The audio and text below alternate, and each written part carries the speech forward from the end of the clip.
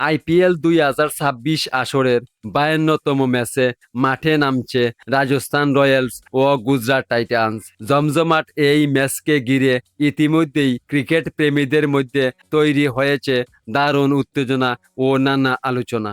তাই ভিডিওটি শেষ পর্যন্ত উপভোগ করুন এবং নতুন নতুন ক্রিকেট আপডেট পেতে চ্যানেলটি সাবস্ক্রাইব করুন। ম্যাচটি অনুষ্ঠিত হবে আজ বাংলাদেশ সময় রাত 8টায় এবং স্থানীয় সময় সন্ধ্যা 7টা 30 মিনিটে। এবারের আইপিএলে রাজস্থান রয়্যালস এখন পর্যন্ত 10টি ম্যাচ খেলে 6টি জয় ও 4টি হার নিয়ে 12 পয়েন্ট সংগ্রহ করেছে। দুর্দান্ত পারফরমেন্সের কারণে তারা বর্তমান পয়েন্ট টেবিলের চতুর্থ স্থানে অবস্থান করছে। অন্যদিকে গুজরাট টাইটান্সও 10টি ম্যাচ খেলে 6টিতে জয় পেয়েছে এবং 4টিতে হেরেছে। সমান পয়েন্ট নিয়েও রান রেটের ব্যবধানে তারা বর্তমানে পঞ্চম স্থানে রয়েছে।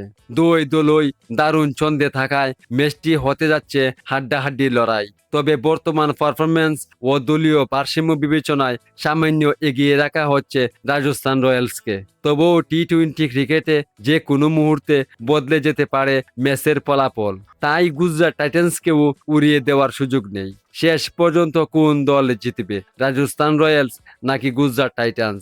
আপনার মতামত অবশ্যই কমেন্টে জানিয়ে দিন। আর ক্রিকেটের সর্বশেষ আপডেট তথ্য পেতে চ্যানেলটি সাবস্ক্রাইব করুন। ধন্যবাদ সবাইকে।